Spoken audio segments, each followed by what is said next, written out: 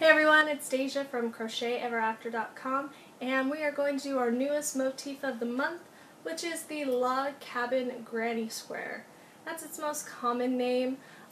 This motif is great for variegated yarn, so if you have some multicolored yarn that you haven't figured out what to do with it yet, this motif is going to be perfect for it.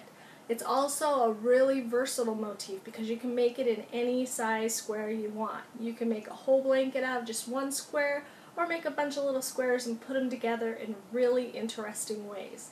So I'm going to show you how to do it and all the different things that you can do with it. So let's get started.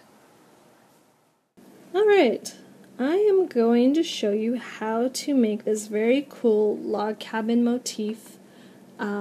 I really like using variegated yarn for this motif because it really shows the stitch pattern, how different it is, and it really shows off the versatility.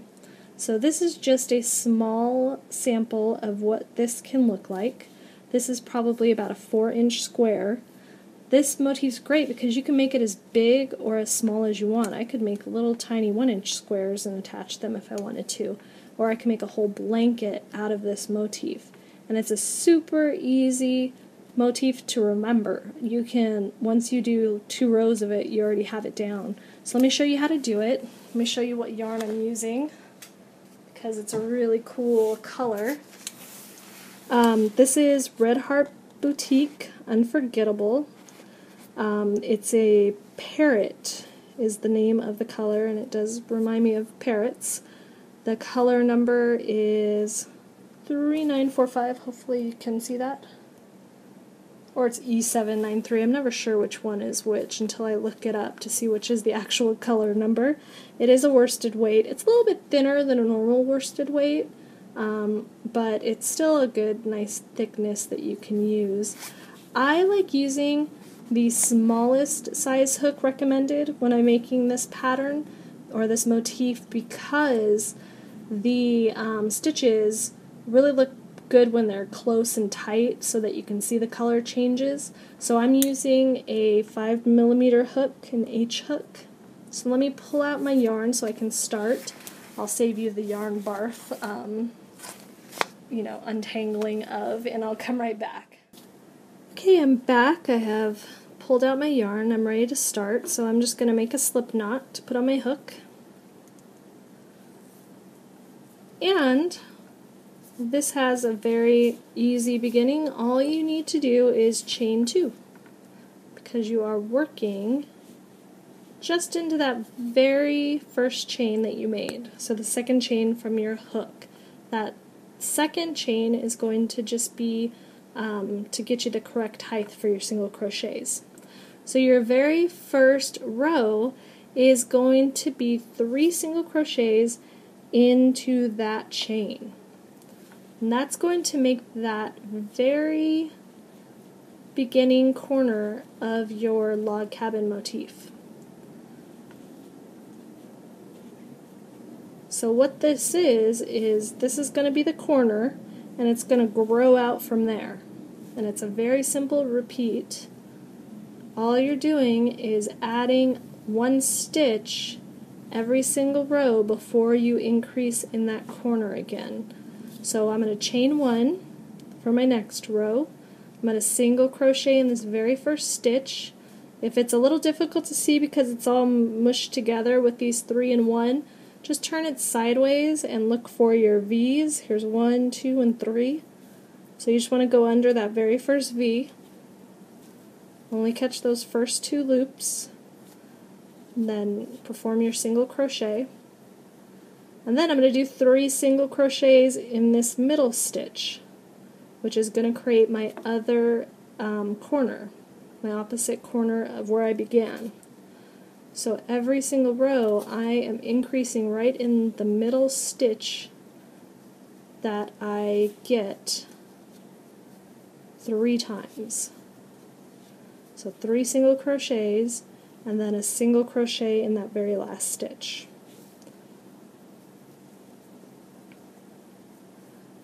So now I've got 2 rows made. Doesn't look like much yet, but as I keep working, it'll start looking more like a square.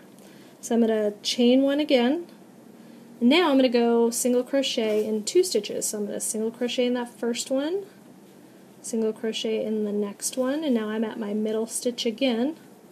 So I'm going to single crochet 3 times in that middle stitch.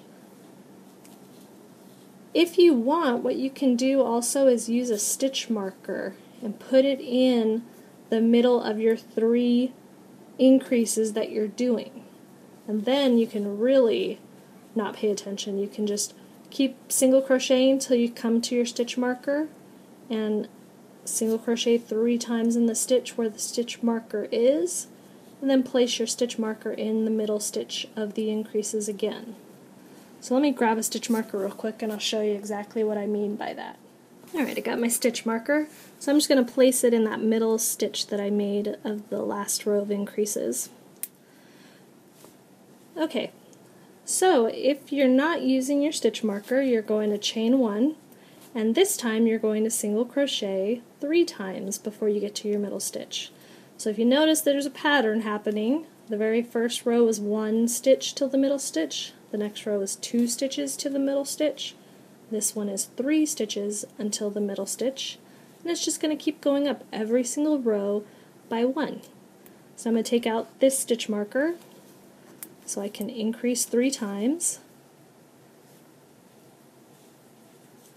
1, 2 single crochets, and 3 single crochets. This, for the smaller, if you're making these squares on the small side, you probably won't need the stitch marker or want to use it, but say you were going to make an entire blanket out of this one single motif, you might want to use this, because then once you get further and further, if it's hard to visualize the 3 stitches in there, if it gets a little difficult to see where that middle stitch is, this can really come in handy because you don't have to pay attention. You just keep single crocheting into each stitch you come to until you come to that stitch marker. So I'm doing 3 more single crochets across, and then I turn my work, and I'm starting to get a color change, so now my square will become a little bit more interesting. So I'm going to single crochet in the next 4 stitches. I always chain 1 at the beginning of my row. So I single crochet into 4. And now I'm at my middle again. And I'm going to go 3 times in the middle. 1, 2, and 3. Then I'm going to clip it right in that middle stitch again. And you may not need it for the first few rows. If it's easy to see and easy to count, you might add your stitch marker later on in the project. If you get up to maybe 20 or so stitches in each row or each side. So as you can see, I'm starting to get my square. And it's just kind of neat because the colors change only on one side. Instead of working from the center out, I'm starting in one corner and working out. So again, I turn my work and I chain 1. Now I'm going to single crochet into the next 5 stitches. My previous row is 4, so now I'm up to 5. 2, 3, 4, and 5. And there I am at my stitch marker again. So just pop it out. I like locking stitch markers because they don't fall out when you're working. That little extra step doesn't bother me of unclipping them. So I'm going to add it back in. Where'd it go? Here it is. Once you get used to locking those and unlocking them, it's even easier. Then I have 5 more single crochets on this side. So you can see how my yarn is changing color. I'm getting some neat effects from it. So let me show you that other swatch I made again, because that's all you're doing is you turn your work. So we did 5 on the previous row, now we're going to do 6, increase in 6, then you turn, you have 7, increase in 7, and it just goes up and up no matter what size you want, until you're happy with the size. So, oops, I just pulled out some of my stitches from this one. And it's pretty easy if you do pull out some stitches. It's very easy to find where you left off and fix it. So let me just fix my little motif here real quick. I should have had a stitch marker in my loop so it wouldn't pull out. Let me take this stitch marker from my other project here and put it in here. I really like this yarn. It has a really neat color change. It's very pretty. So here is my motif. Here's my beginning row, and as you can see, you just work down one side, you increase in the middle, and you work down the other side, and you just keep going and going until you have the size that you want. Now when you join these, you have a lot of different options, because you can join, you know, beginning to beginning and make a really neat colored square, or you can put them offset to where your beginning is maybe down here and your ending is up here. You know, you can move them around in lots of different ways, and especially with the variegated yarn, you can come up with some really neat color patterns of how you join these up. So I would just whip stitch these, or you could even border them, maybe in white would be neat. That would really make these colors pop. And then join the white with a single crochet join or whip stitch join. But this motif is really simple, but creates a really neat effect.